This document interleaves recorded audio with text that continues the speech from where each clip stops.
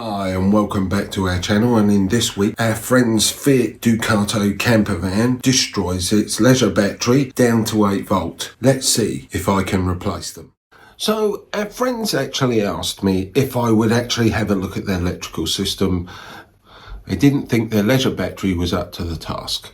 These were the people who I connected up to their van using our inverter, and I powered all of their 240 volt system at the same time as powering our own. But they wanted to go off grid more. They do a fantastic kids to grids sponsorship deal, helping not so fortunate children to get on the racing circuit.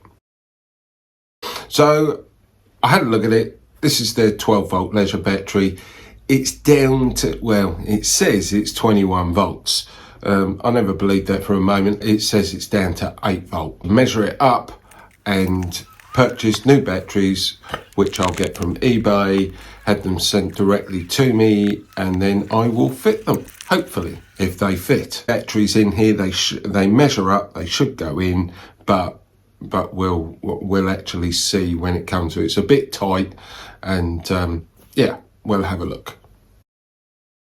So I grabbed the jump pack and I put it in place. Knackered leisure battery. All the circuits work.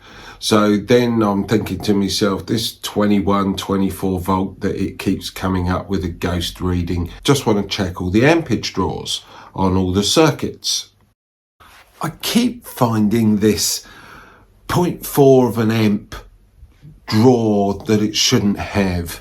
This is obviously what's knackered the leisure battery. He's actually left it on his leisure battery when he's arrived home. This draw has slowly depleted it over time. Great news. I've ordered 4 batteries. If I can fit 3 in here, great. If not, I will fit 2. As you can see me unboxing them, I've taken out the old battery, and I'm now going to proceed to take out the wood. There are 2 pieces of wood, and they were to stop the battery from sliding forwards and sliding left and right. They weren't the correct fitment, and there's nothing to stop it from bouncing out and smashing the tray apart, which is exactly what it's done. It must have bounced along the road and it's basically broken the shelf. So I'm going to have to fix the shelf as well as find a way to strap the actual batteries down so it stops breaking the shelf. Now the shelf is now fixed, I can now proceed to clamp down the batteries and deal with the wiring.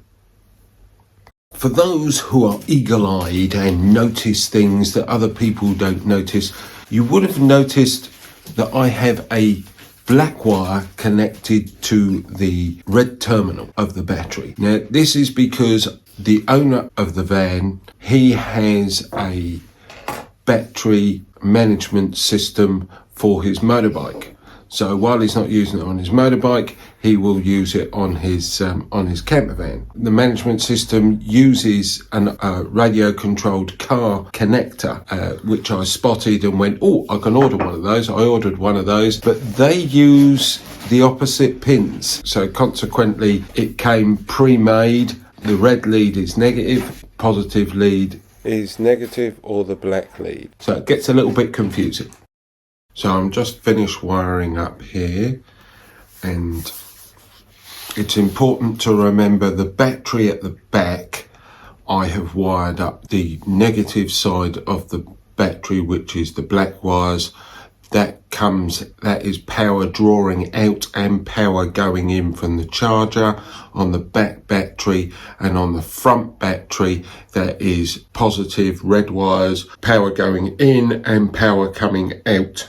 And then you have the strapping wires to link the 2 batteries together. Always get power coming equally out of both batteries. Temporarily, I put in a voltmeter with a USB-C and a USB 3 outlet. I will change this for a bar chart so they can actually see what percentage is left in the battery. Not very accurate, but better than what he's got.